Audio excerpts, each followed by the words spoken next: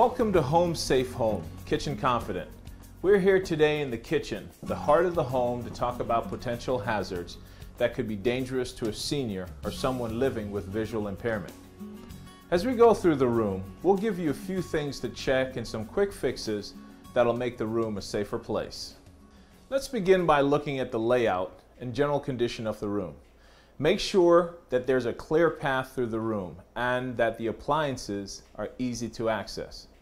If an appliance is out of reach, reorganize the space and move it to a better location.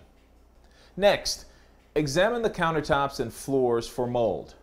If you find mold anywhere in the room, thoroughly clean with a disinfectant. Paying particular attention to the countertops and appliances.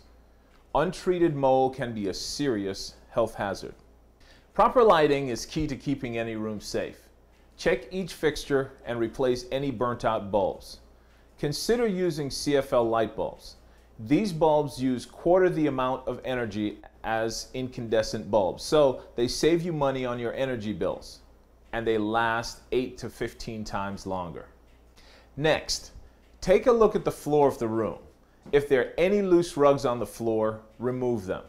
If the homeowner can't bear to part with them, then use adhesive carpet tape to adhere the rugs firmly to the floor. If the room has linoleum floor, check for peeling corners.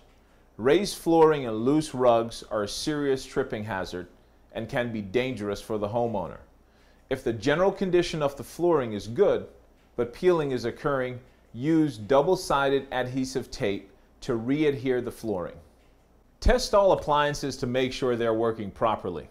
If you find that a major appliance is not working, or it appears that any utilities have been turned off, please call 211 for assistance. If the senior you're working with is visually impaired, using bump dots to label appliances is a quick and inexpensive way to make using them easier and more safe. Bump dots can be adhered to any dry, flat surface and provide tactile orientation for the user. For example, on this stove, place a bump dot on the burner knob where the arrow is. Then place another on the stove at 12 o'clock directly above the knob. When the bump dots are aligned, that indicates that the burner is off.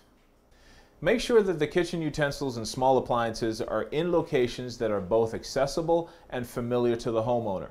While you may think that reorganizing their whole kitchen would be helpful, remember that for someone with visual impairment, organization and routines are key. If you think changing the location of a kitchen item would improve accessibility, make sure that you talk through these changes with the homeowner and that they agree and are comfortable with the changes.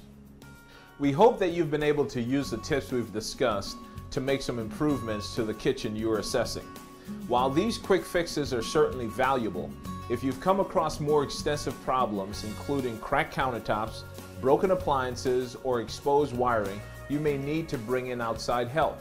For assistance, please pick up your phone and dial 211, United Way's Human Service Helpline.